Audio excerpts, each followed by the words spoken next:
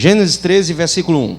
Saiu, pois, Abrão do Egito para o Neguebe, ele e sua mulher, e tudo o que tinha, e Ló com ele.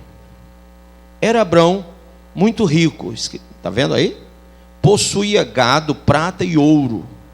Fez as suas jornadas do Neguebe até Betel, até o lugar onde primeiro estivera a sua tenda, entre Betel e Ai, até o lugar do altar que outrora tinha feito, e aí Abrão invocou o nome de quem? Do Senhor. Ló, que ia com Abrão, também tinha rebanhos, gado e tendas, e a terra não podia sustentá-los para que habitassem juntos, porque eram muitos os seus bens, de sorte que não podiam habitar um na companhia do outro. Houve contenda entre os pastores do gado de Abrão e os pastores do gado de Ló. Nesse tempo, os cananeus e os ferezeus habitavam essa terra. Disse Abrão a Ló: não haja contenda entre mim e ti, e entre os meus pastores e os teus pastores, porque somos parentes chegados. Acaso não está diante de ti toda a terra? Peço-te que te apartes de mim. Se fores para a esquerda, irei para a direita. Se fores para a direita, irei para a esquerda. Levantou Ló os olhos e viu toda a campina do Jordão, que era toda bem regada, antes de haver o Senhor destruído Sodoma e Gomorra, como o jardim do Senhor, como a terra do Egito, como quem vai para Zoar. Então Ló escolheu para si toda a campina do Jordão e partiu para o oriente. Separaram-se um do outro. Habitou Abrão na terra de Canaã, e Ló nas cidades da campina, e ia armando as suas tendas até onde? Sodoma. Ora, os homens de Sodoma eram maus e grandes pecadores contra quem? Grife bem aí no versículo 12. E ia armando as suas tendas até Sodoma. E no 13, e os homens de Sodoma eram maus e grandes pecadores contra o Senhor. Disse o Senhor a Abrão, depois que Ló se separou dele: ergue os olhos e olha, desde onde estás, para o norte, para o sul, para o oriente e para o ocidente. Porque toda essa terra que vês, eu te darei a ti e a tua descendência para sempre. Farei a tua descendência como o pó da terra, de maneira que, se alguém puder contar o pó da terra, então se contará também a tua descendência. Levanta-te, percorre essa terra, do seu comprimento à sua largura, porque eu te darei. E Abrão, mudando as suas tendas, foi habitar nos carvalhais de Manre, que estão junto a Hebrom, e levantou ali um altar a quem? Ao Senhor. Põe a mão sobre a Bíblia e diga: Pai, em o nome de Jesus, eu creio, Senhor, na tua palavra, na veracidade, na completude de tudo que foi revelado. Creio também, Senhor, que é o teu Espírito que convence o homem do pecado, do juízo e da justiça. E creio mais ainda, através do teu Espírito, que as coisas que o olho não vê, que o ouvido não ouve e que não chegou ao coração de nenhum homem, são reveladas pelo Senhor, através do Espírito Santo, ao meu espírito. Assim sendo, eu partilho hoje de um convertimento que vem do espírito para a alma e para o corpo, me trazendo o refrigério da salvação, me trazendo o resultado mais importante que tudo na vida, a vida eterna no reino de Deus. Diga amém. Podeis vos assentar. No culto passado nós falamos sobre as 3 características de Abraão. Quem lembra? Vamos lembrar? Diga assim: Abraão era um homem de fé. Diga, ele creu totalmente em Deus. Quem pode dizer isso? Ele creu totalmente em Deus. Pergunta para o seu irmão: você crê totalmente em Deus? mesmo contra tudo e contra todos, mesmo quando vêm palavras que podem tirar você do foco. Quem já ouviu palavras negativas? Levanta a mão. Sabe aquela coisa que alguém diz assim: olha, nem adianta estudar que eu não vou passar na prova. Quem já ouviu alguém dizer isso? Alguém diz assim: olha, não tem jeito, vai morrer. O outro diz: olha, você nunca vai ser nada na vida. Quem já ouviu isso? O outro diz: você nasceu para sofrer. Ô irmão, é tanta palavra ruim, né? Não sei como é que vocês estão vivos, e eu também. Confesso a vocês que eu acho que foi a primeira vez na minha vida, essa noite eu orei só por mim, eu não orei por nenhum. Juro. Essa noite Deus me despertou e disse: ora por ti que o negócio está feio. Eu disse: Senhor, está tão ruim assim? Tá. Ora quebrando tudo que não presta, porque o que tem de gente querendo ver teu escorregão não é brinquedo. Eu disse: olha, vou orar. E orei muito. E cada vez que eu me acordava, eu só lembrava de mim de novo e orava. E eu fui tão egoísta essa noite que até de manhã eu estava orando por mim. Quando eu abri meus olhos de manhã cedo de novo, eu estava lá orando por mim de novo. Sabe, eu nunca me amei tanto como essa noite. Mas de vez em quando é importante você fazer essa oração, porque são tantas as pessoas e tantas as situações que vêm negativar a vida da gente, não é? Que vem trazer aquela... Tem gente que parece que já vem com um sorriso na boca trazer uma notícia ruim para você. Hã? Então a gente tem que ter sempre no coração uma crença, uma fé em Deus que seja totalitária, que não deixe espaço para notícia ruim, que não nos dê nenhuma conversão ao contrário daquilo que Deus nos ensinou, que não nos faça retroagir na fé. Nós temos que estar tão antenados na fé que nada nem ninguém nos separe do amor de Cristo, como disse o apóstolo Paulo. Amém? Porque se alguém, irmão, está em Cristo, é nova criatura. A gente não pode, como nova criatura, viver da lembrança do passado ou das maldições de outrora. Nós temos que partilhar de uma visão diferente. Então Abraão, ele creu totalmente em Deus. E isso quer dizer que nenhuma notícia ruim, nenhuma palavra contrária atingiu o coração desse homem.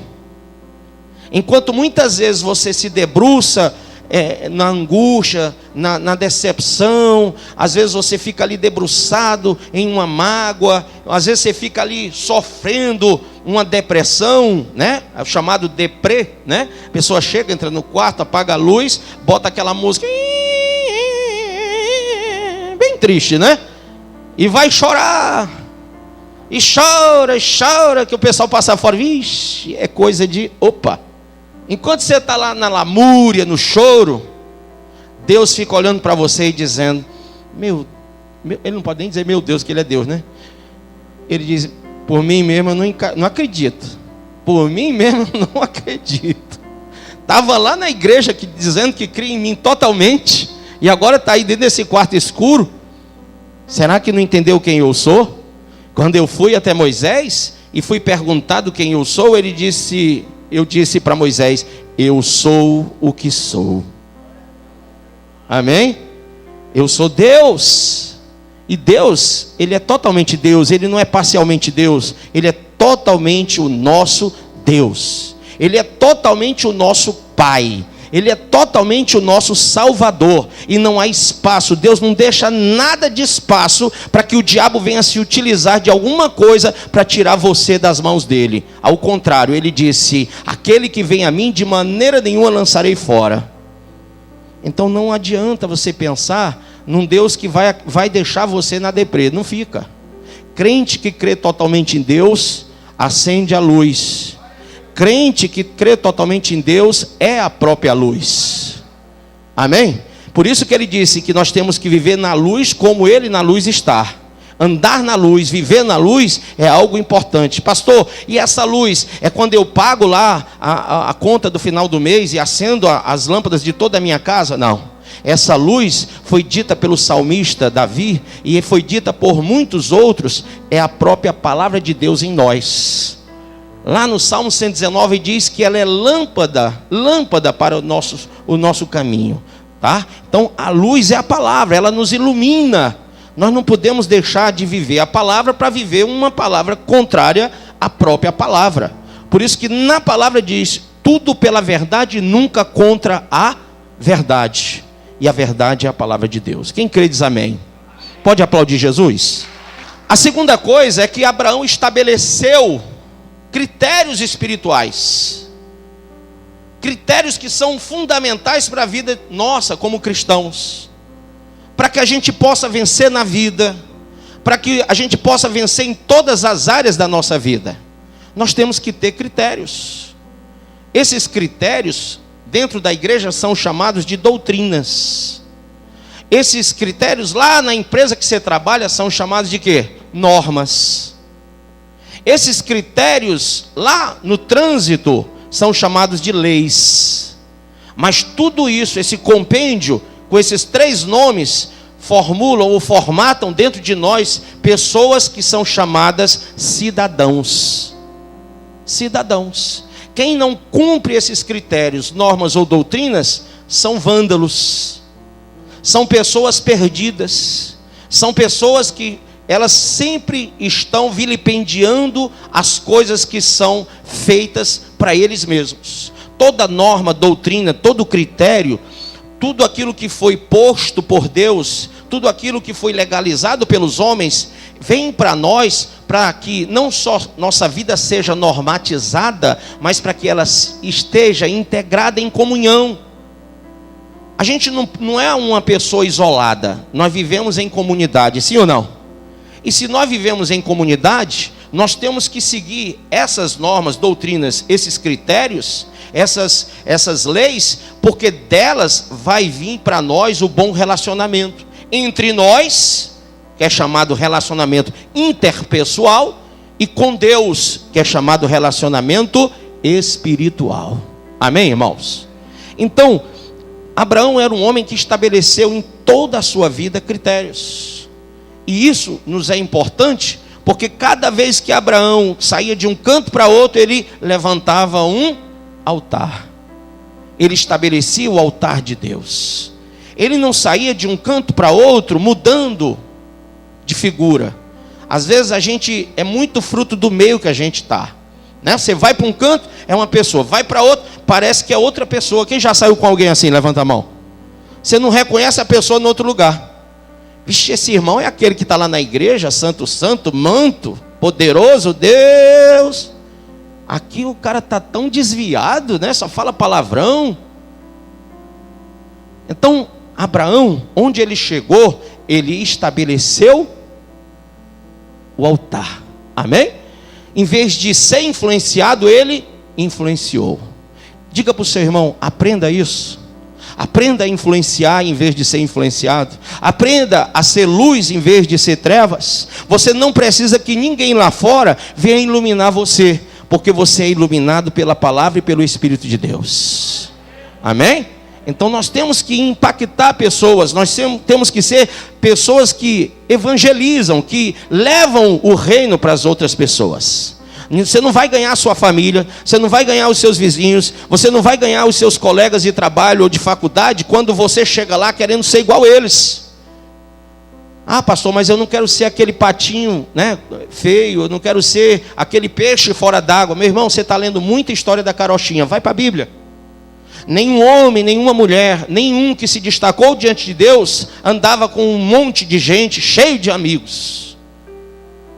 A Bíblia fala, diga, a Bíblia fala, mas fala com convicção isso, diga, a Bíblia fala que Abraão era amigo de Deus.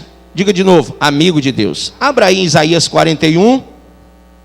Olha, estão me ligando na hora do culto, aí geralmente ouve a palavra, coisa boa. Então, Abraão era amigo de Deus. Vamos ler isso aí. Leia comigo. Porém tu, ó Israel, servo meu, tu, Jacó, a quem elegi descendência de quem? Abraão, meu amigo. Que coisa linda. Deus chamando Abraão de quê? meu amigo. E Deus é verdadeiro, Deus não mente. Se ele chamou Abraão de amigo é porque era amigo mesmo. Agora você é amigo ou inimigo de Deus? A Bíblia diz que quem é amigo de Deus não é amigo do mundo. Quem é amigo do mundo torna-se inimigo de... Quem já leu isso? Então está na Bíblia, não está? Tá? Acha para mim o texto, esse texto para mim, que eu não estou me lembrando, é Tiago, né? Tiago, só não estou lembrando aqui exato para dar, vou dar, que o Rafael tem uma cabeça muito pequena e ele vai me ajudar. Então, enquanto ele acha lá, irmãos, a gente tem que aprender o critério de Abraão. Ele estabeleceu esses critérios, ele estabeleceu normas. Tiago 4:4, olha aí, irmão, anota aí para você não perder o fio da meada, né? Diga, quem é amigo do mundo torna-se inimigo de Deus. Como que você vai ter critérios, normas e doutrinas na sua vida se você se relaciona com o mundo? Como que você vai conseguir ser amigo de Deus se você trai a confiança, trai os critérios, se você ultrapassa os limites, se você infringe as barreiras que o próprio Deus colocou? Sabe o que é pecado? É transgredir. Quando eu transgrido leis, doutrinas e normas divinas, eu estou pecando. Quando você tem pessoas conhecidas que desrespeitam você, você se sente bem ou mal com eles? Mal. Se você tem um namorado ou uma namorada, e ele ou ela faz uma coisa que você abomina, que você não gosta, não aceita, como é que você se sente? Bem ou mal? Mal. Você fica calado ou você vai aguentar aquilo o resto da vida? Vai ter um dia que você vai explodir. Ainda que se for igual a mim, é na hora. Mas se não for, vai suportar. Tem hora que, pô! Irmãos, nós não podemos infringir ou transgredir o nosso relacionamento com Deus. Nós não podemos transgredir a nossa amizade com Deus. Quem é amigo de Deus, levanta a mão. Amigo de verdade, não transgrida a sua amizade com Deus. Não negocie o seu relacionamento com Deus por causa de ninguém. Ah, eu quero aparecer ali. Não apareça não, deixa Deus aparecer no seu lugar. Porque essa coisa de você querer fazer o que os outros, o que é politicamente correto, o que os outros acham bom, você acaba se distanciando das normas, doutrinas e regras divinas. É isso que prejudica o teu relacionamento com Deus. É isso que transgride, é isso que é pecado.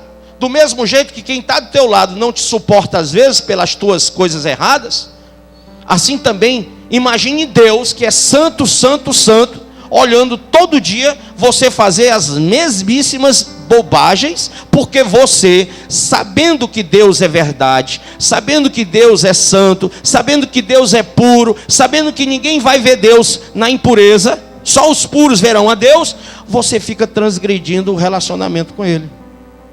Pastor, o que é que eu faço para não transgredir meu relacionamento com Deus? Aprenda a andar com Deus na luz.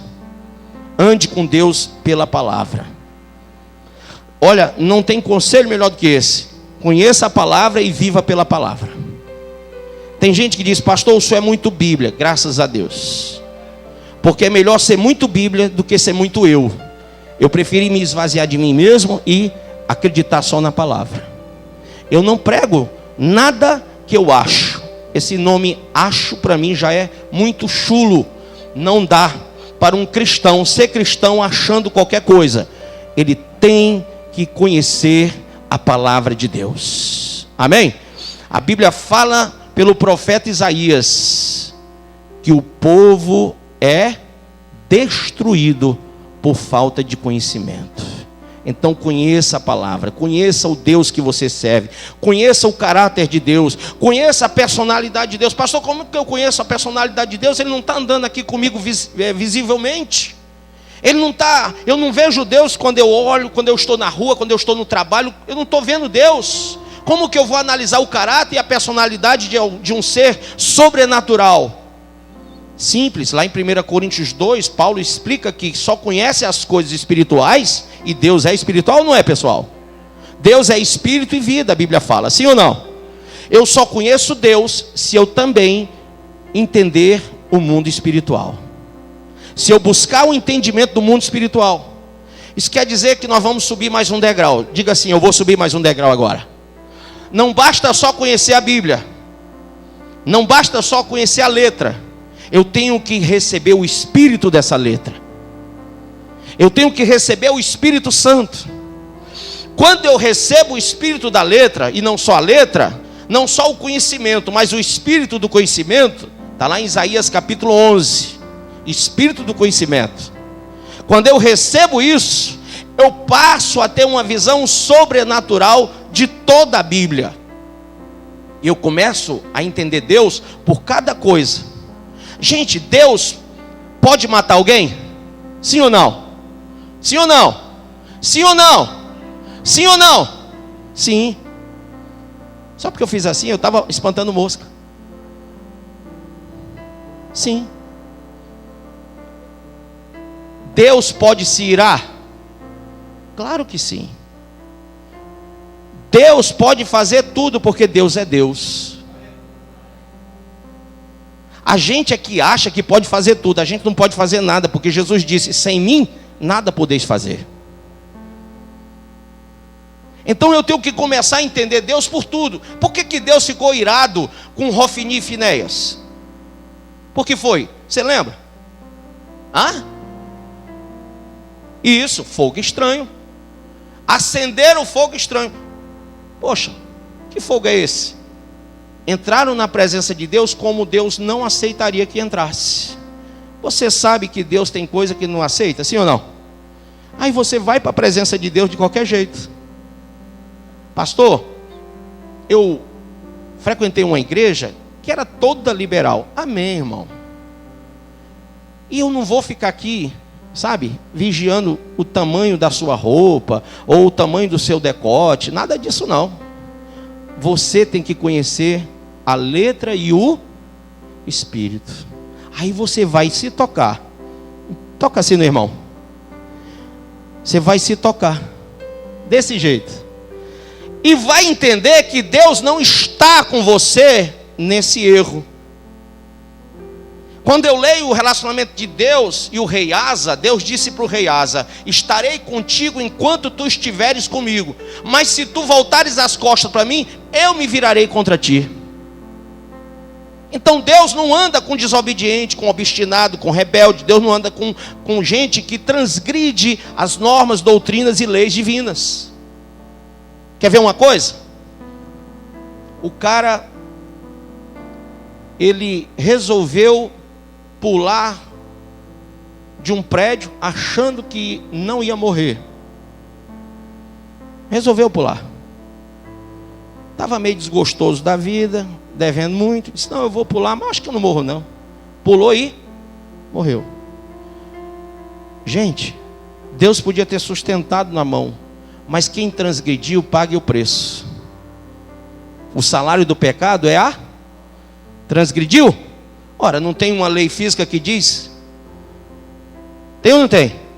Se eu soltar aqui uma coisa de peso, ela não vai cair no chão, porque tem a como que chama? A força da gravidade. Se eu sei que existe uma lei da gravidade, por que eu vou transgredir essa lei? Eu vou morrer.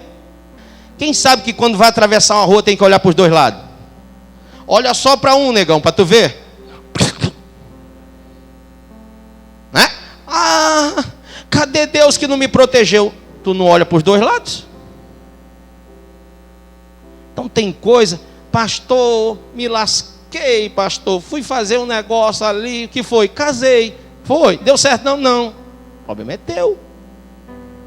A Bíblia diz: vigiai e orai. Então tem que ter critérios. Diga para o seu irmão: Abraão estabeleceu o altar. Nós temos que estabelecer o altar. E o nosso altar onde é, pessoal? Coração. Diga: centro das emoções, decisões, intelecto. Se eu não estabeleço no meu altar doutrinas, regras, normas e leis, vai dar uma confusão danada. Vai ser um Babel. Vai ser uma destruição. E é por isso que o coração de muita gente está distante do Senhor. Olha o que ele diz: este povo me louva com os seus lábios, mas o seu coração está distante de mim. Por quê? Porque assim como quando eu chego aqui, eu olho e vejo se está tudo arrumadinho, Deus, quando vai visitar você, a Bíblia diz, não sou eu, eis que estou à porta e bato. Quem está na porta é porque está do lado de fora. Quem bate é porque quer entrar. Aí ele diz, se alguém abrir, eu entrarei. Mas lembre-se, Deus não entra para outra coisa, Ele entra, está lá em Jeremias 17, diga, está na Bíblia.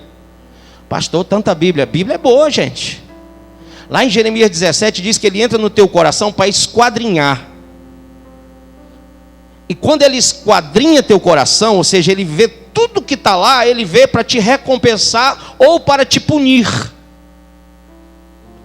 Então tem coisas na vida que você está sendo punido, por quê? Por causa das suas más obras. Deus permite que coisas aconteçam para você amanhã não ir parar no inferno. Então hoje você está colhendo alguns frutos amargos para que você se corrija enquanto pode, porque depois pode ser tarde demais. Aí vamos por aí. O altar é o nosso coração. Se eu não fizer deste coração, não estabelecer normas, regras, doutrinas e leis, eu vou ser um vândalo. Aí dentro da igreja como vândalo, eu faço o que eu quero e não o que o pastor ensina. Dentro da igreja como vândalo, eu chego atrasado em todos os cultos. Eu quebro campanha, eu não leio Bíblia, eu não oro, eu não jejuo, eu não evangelizo, eu não faço nada que preste, porque eu sou vândalo.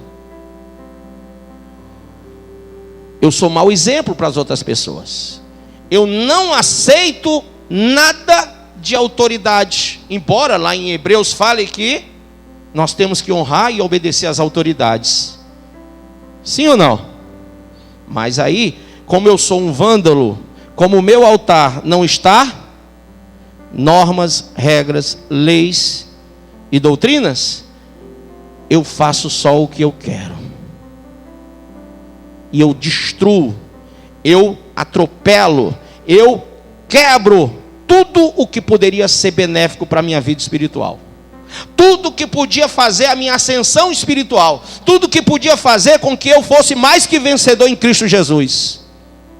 Tudo aquilo que seria, como a Bíblia diz, todas as coisas cooperam para o bem daqueles que amam a Deus e que o quê?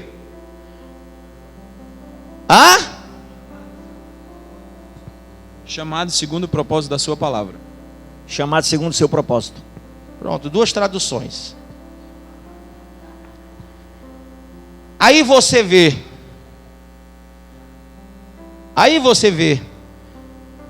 Poxa, pastor, por que fulano aí já é um pastor, né? Já é isso, aquilo, outro, já está aí, tal, crescendo, e eu estou aqui só capengando, já não sei. Por quê, irmão? É você, não é Deus, nem eu, nem ninguém. Culpa sua, porque você não aceita as diretrizes que vêm do Senhor. Amém? Irmãos, naturalmente nós somos vândalos. Agora diz assim, por quê, pastor? Porque somos pecadores. O pecado é um vandalismo. O pecado ele avilta Deus. O pecado, ele não só nos destrói, ele nos corrompe. Então nós somos vândalos naturais. E por que nós temos que nos converter em Cristo Jesus? Para nos tornarmos filhos de Deus, para nos tornarmos realmente pessoas que cumprem regras, normas, leis e doutrinas. Essas pessoas que fazem isso não são mais carnais, mas são espirituais, porque já não andam segundo o curso desse mundo, já não andam na carne, mas no Espírito. Gálatas capítulo 5 diz, não andeis na carne, mas no Espírito, porque a carne milita contra o Espírito e o Espírito contra a carne, para que não façais o que quereis. Então quando eu entendo, no meu coração estabeleço, no meu coração o que o crente Abraão estabelecia em cada lugar, eu começo a ser nova criatura. Eu entendo o que é ser templo e morada do Espírito Santo. Essa noite da minha conversa com Deus, eu estabeleci para mim algumas normas, leis, doutrinas, algumas regras que são fundamentais para mim. Coisas que às vezes, devido ao corre-corre do dia a dia, a gente acaba por não nos aperceber. Coisa que às vezes, pelo pessimismo, a gente deixa de lado. Coisa que às vezes a gente, achando que já tem experiência na vida, acha que não precisa daquilo mais. Mas Deus nos chamou para sermos seguidores de Cristo. Então, de vez em quando, a gente tem que reciclar o nosso coração. Olha o que Davi disse: Senhor, ele estava fazendo a reciclagem, vê se há em mim algum caminho mau. Reciclagem. Se eu não reciclar, amanhã eu quebro o relacionamento com Deus. Amanhã eu estou desmerecendo o que é ser amigo de Deus. Eu estou me afastando na fé, estou me afastando na questão moral e ética, eu estou me afastando na questão espiritual. Eu fico um picolé gelado dentro de uma igreja que também já é gelada do ar-condicionado. Eu não entendo o que é o chamamento para a fé, para a oração, para tudo, porque eu estou realmente distante do Senhor. Deus não nos chamou para sermos distantes, mas perto. Amém? E Deus não é um Deus distante, Ele é um Deus perto também. Deuteronômio capítulo 30 diz que essa palavra, essa verdade, essa luz não está lá do outro lado do mar, para que você diga: quem irá por nós até o outro lado do mar, para que nula traga, nula faça ouvir, para que a cumpramos. Ela também não está lá no alto céu, para que você diga: quem irá até o alto céu, para que nula traga, nula faça ouvir, para que a cumpramos. Essa palavra está na tua boca e no teu coração. Ela está perto de ti. João capítulo 1 diz: eu sou o verbo. Amém? Ele é o verbo. Ele é a palavra, Ele é o Logos. Ele veio do alto céu até a terra para se apresentar a você e a mim. De forma que nós não podemos dizer hoje que estamos ou somos distantes de um Deus que veio para perto de nós e morreu na cruz. Terceiro ponto. Abraão, diga Abraão, era grato a Deus e proativo. Gratidão é algo de muita importância. Irmão, quantas vezes você já disse aquela famosa frase: tanto faz ser bom ou não com alguém, no final a gente não presta. E você, nesse mundo de ingratidão, se torna azedo. Porque você já não quer mais ajudar. De tanta gente que te apunhalou pelas costas, de tanta gente que te maltratou, de tanta gente que te decepcionou. Começa até pelo marido, que a mulher faz o café, ele nem diz muito obrigado, né? Acha que é obrigação e devia olhar como devoção. Começa pela esposa, que o cara passa o dia no trabalho, chega em casa para botar dinheiro dentro de casa, ela não diz muito obrigado. Ela acha que é obrigação e não devoção. Começa pelo filho e a filha, que o pai paga colégio, paga livro, paga tanta coisa que paga, eu nem vou falar aqui. E muitas vezes não sabem dizer um muito obrigado. Eu agradeço a Deus que meus filhos sabem. Meu filho escreve carta para mim, a minha filha chega, me abraça, me beija, diz que me ama, me agradece sempre por tudo. Mas tem muitos filhos que são ingratos, sim ou não? Tem muitos filhos que não reconhecem o dia a dia do pai e da mãe lutando por eles. E quando, como diz no popular, engrossa o cangote, em vez de dar gosto, dá o quê? Desgosto. Qual é o pai que quer uma filha piriguete? Aí o pai está lá grisalho, olha para o Facebook da filha, está lá a bicha com as lapas de bunda do lado de fora, balançando e fazendo aquele quadro, como é? 4x1, é? Como que é o nome? Quadradinho? Ah, bom. Eu não sei, irmão, na minha época nem tinha 4x1 nem quadradinho.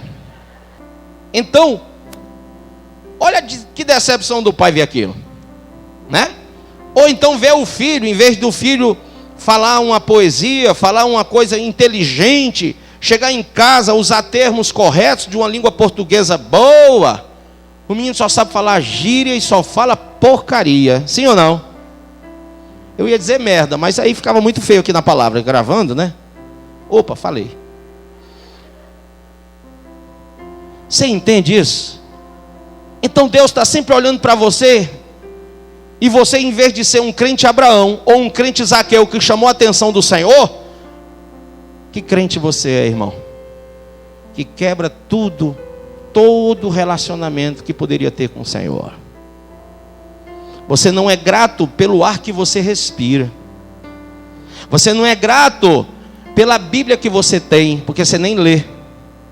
Pela palavra que você recebe, porque você não pratica. Pelo dinheiro que Deus te dá todo mês, fruto do teu trabalho, da bênção do Senhor, porque você não dizima nem oferta.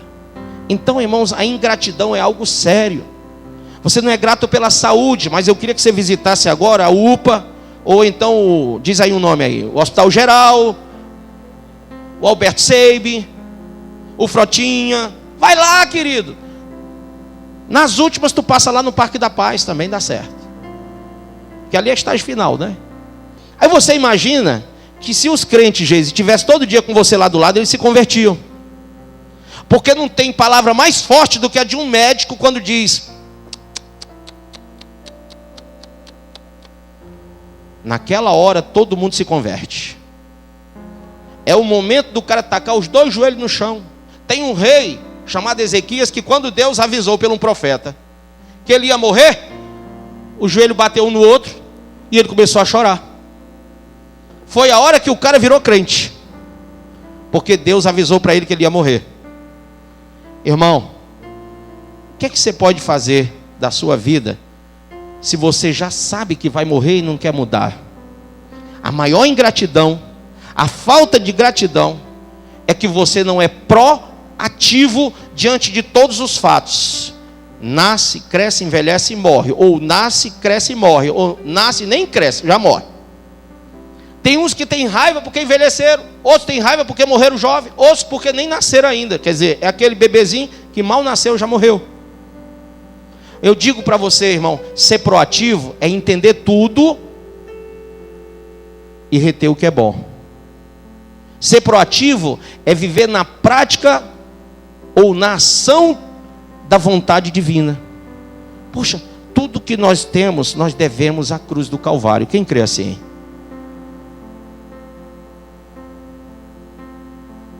Tem um pastor que ele entrou num táxi de um crente.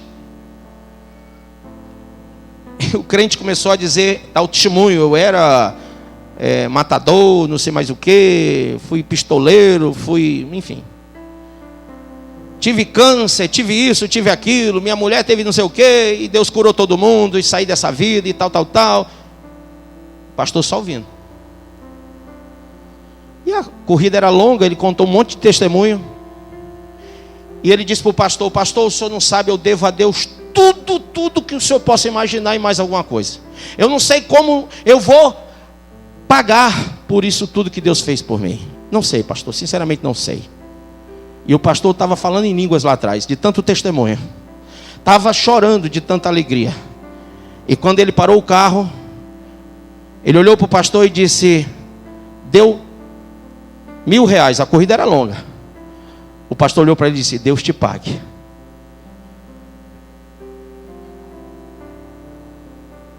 Ele disse: pastor, é a corrida. Ele disse: pois é, você disse, acabou de dizer que você deve a Deus tudo e coisa que você nunca vai ter como pagar.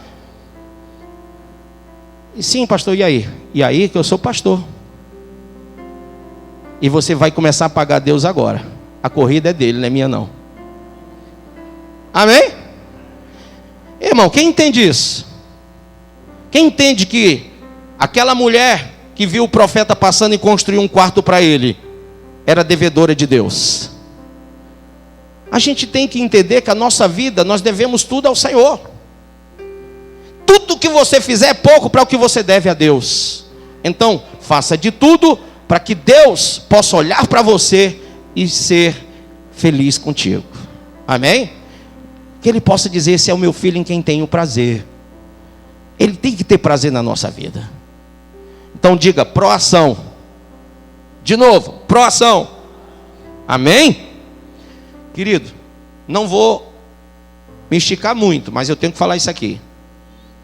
Nesse texto que nós lemos, que a minha palavra de hoje ainda é nesse texto, eu só estava falando da palavra de domingo. Eu nem comecei a pregar o que eu ia pregar hoje. É porque eu estou tão velho que eu me lembrei agora que eu não comecei a pregar. Mas presta atenção que valeu, não valeu? Então presta atenção. Ló estava juntinho com Abraão. Diga, Ló estava juntinho com Abraão. Qual foi o grande problema de Ló? Se afastar. Sabe, irmãos, Ló se afastou porque Ló era ganancioso. Ló, ele queria coisas que estariam acima de Abraão, das possibilidades de Abraão naquele momento. A terra era pequena para tudo que Ló queria fazer. Abraão percebeu que estava dando briga, percebeu que o negócio ia piorar, porque o relacionamento dele com Ló era bom, mas estava ficando ruim, porque vinham conversa de todos os pastores de Ló e de Abraão. E antes que o negócio entrasse na família, Abraão disse, então, é melhor a gente separar. É melhor que você vá para o seu lado e eu vou para o meu. Quando Ló levantou os olhos, é isso que eu quero concluir aqui. Veja aí, versículo 10 do capítulo 13. 10 do 13. Levantou Ló os olhos e viu toda a campina do Jordão, que era toda bem regada. Diga, toda bem regada. Como o jardim do Senhor, como a terra do Egito, como quem vai para Zoar. Mas essa terra que ele olhou, lá no versículo 12. Habitou Abrão na terra de Canaã e Ló nas cidades da campina, e ia armando as suas tendas até onde? Sodoma. E 13. Os homens de Sodoma eram maus e grandes pecadores contra quem? Senhor. Eu quero falar isso aqui. Irmão, primeiro que Ló jamais deveria ter se separado de Abraão, por motivo nenhum. Ele sabia que o chamado era de Abraão, e ele era um seguidor de Abraão. E quando você segue, quando você é discípulo de alguém, siga o alguém até o fim. Você nunca vai receber a recompensa se você sair antes. Eliseu ficou com Elias, mesmo Elias dizendo, vai embora, fica aqui, vai embora. Eliseu dizia o quê? Não te deixarei. Não te deixarei. Não te deixarei. Eliseu foi mais inteligente e recebeu tudo de Elias. Mas Ló foi burro. Podia ter dito, não tio, porque ele era sobrinho. Não tio, não, eu vou ficar com o senhor, eu vou falar com meus pastores aqui, vou meter o carão neles. Eles estão pensando o quê? Quem manda neles sou eu. Nós vamos andar junto, tio, eu sou seu seguidor, eu sou seu discípulo, nós vamos caminhar junto. E ele talvez até repetisse aquela palavra lá, que uma mulher disse para a sua sogra. Quem lembra? Ruth disse para Noemi, né? Tão certo como vive o Senhor, me ajuda que eu estou ficando velho, que não te deixarei. O teu Deus é o meu Deus, o teu povo é o meu povo, a tua terra é a minha terra. Onde tu morrer, ali eu também vou morrer. É mais ou menos isso, né? Então, que coisa linda. E não vinha de um sobrinho para um tio, vinha de quem? Do relacionamento mais difícil que existe na face da terra. O que é? Nora e sogra. Que é duas mulheres brigando pelo mesmo homem, duas se estranhando pela mesma pessoa. É o filho. Então, Ruth disse para a sogra, eu vou ficar contigo e nunca vou me separar de ti. Que coisa linda. O Ló podia ter dito isso, mas a ganância não deixou. Os interesses pessoais não deixaram. Irmãos, nós temos que caminhar em Cristo, com Cristo e para Cristo. Mas os nossos interesses pessoais não nos permitem às vezes. A nossa visão pessoal, as nossas escolhas é que nos afastam do Senhor e fazem com que a gente não caminhe com Ele. E é interessante que a gente pensa que Deus vai pegar e tacar uma corrente no pé da gente para segurar. Deus não faz isso. Quando alguém quer separar dele, ó, ele deixa. Ele deixa. E sabe o que aconteceu com Ló? O crente Ló? Ele foi para perto de Sodoma, cidade onde os homens eram pecadores e pecavam muito contra Deus. Quando você se aproxima do que não presta, quando você anda em más companhias, você corrompe os... Está na Bíblia, não está? Lá em Coríntios. Quando você, se ele tivesse olhado como um crente, como um servo, ele tinha dito: de tudo que eu aprendi com o meu tio, eu não posso morar perto desse povo, eu não posso andar com esse povo, eu não posso querer nada com esse povo, essa gente não é minha gente, esse povo não é meu povo, as regras, as normas, as leis e as doutrinas não são minhas. Eu não reconheço Deus neles, eu não vejo Deus neles, eu não vejo eles andarem com Deus. Por que eu vou andar com eles? Ao contrário. Ao contrário. Ele não só foi, como levou a mulher e as duas filhas. E o final de tudo, a mulher morre. As duas filhas não tendo mais marido, porque os maridos também morreram lá em Sodoma e Gomorra, contraíram parentesco com Sodoma e Gomorra, porque as duas filhas de Ló casaram com dois pecadores. Outra coisa interessante, você não sai só, você leva a sua família junto, irmão, porque é gangue, não é família. E todo mundo se destrói. Destrói casamento, destrói vida de filho, porque hoje, diz o quê? Tu vai para o inferno, está desviado, vai se lascar. É um sorriso. Quando você me vê sorrindo fazendo assim, tu já sabe. Mas assim ainda é melhor do que assim, ó. E assim tu já está enterrado.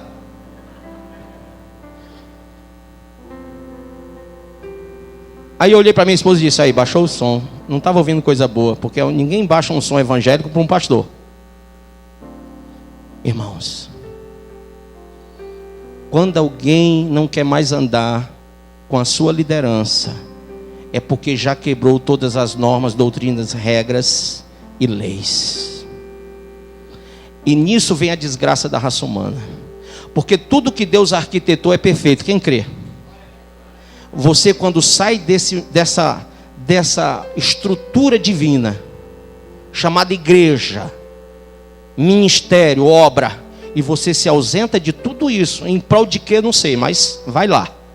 Você quebrou tudo. Tudo que era a seu favor, tudo que tirava do diabo legalidades, você quebrou.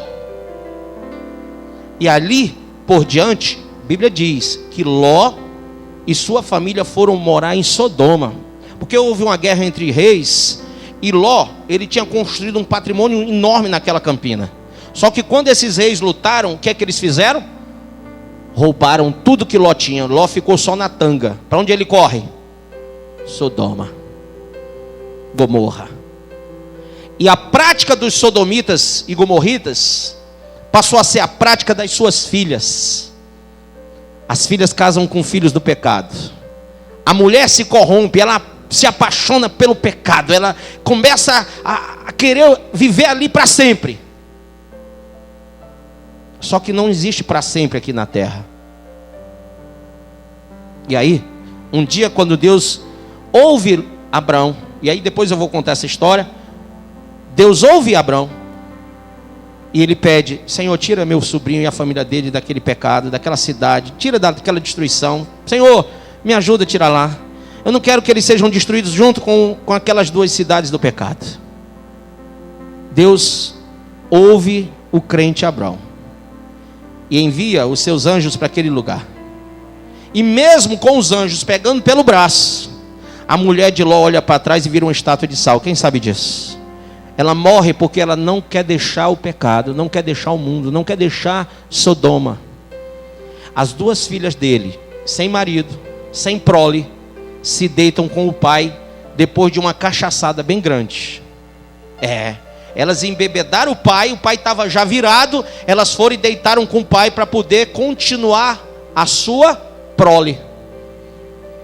Porque só tinha esse jeito para elas naquele momento.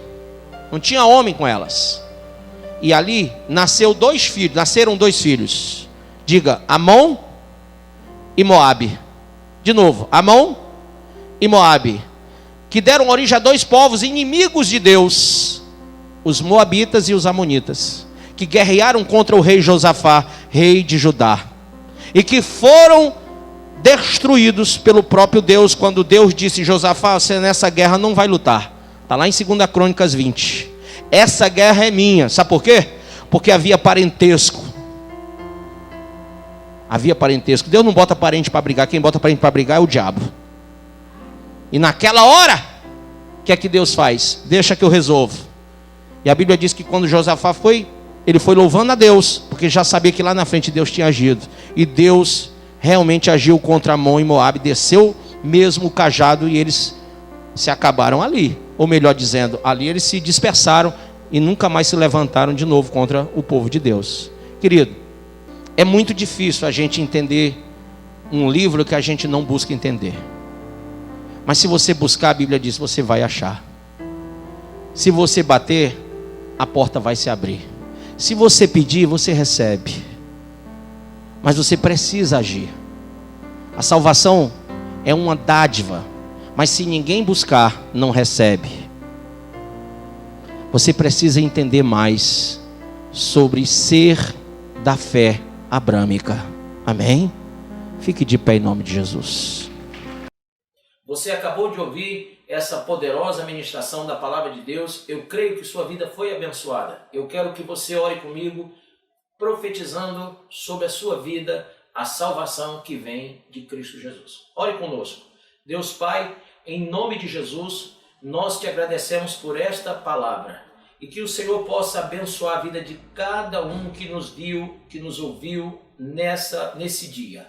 Deus Pai, em nome de Jesus, que esta pessoa esteja agora entregando a sua vida, recebendo a salvação que vem do Senhor. Pois assim, Pai, nós profetizamos salvação, cura, libertação, em nome do Pai, do Filho e do Espírito Santo de Deus. Amém.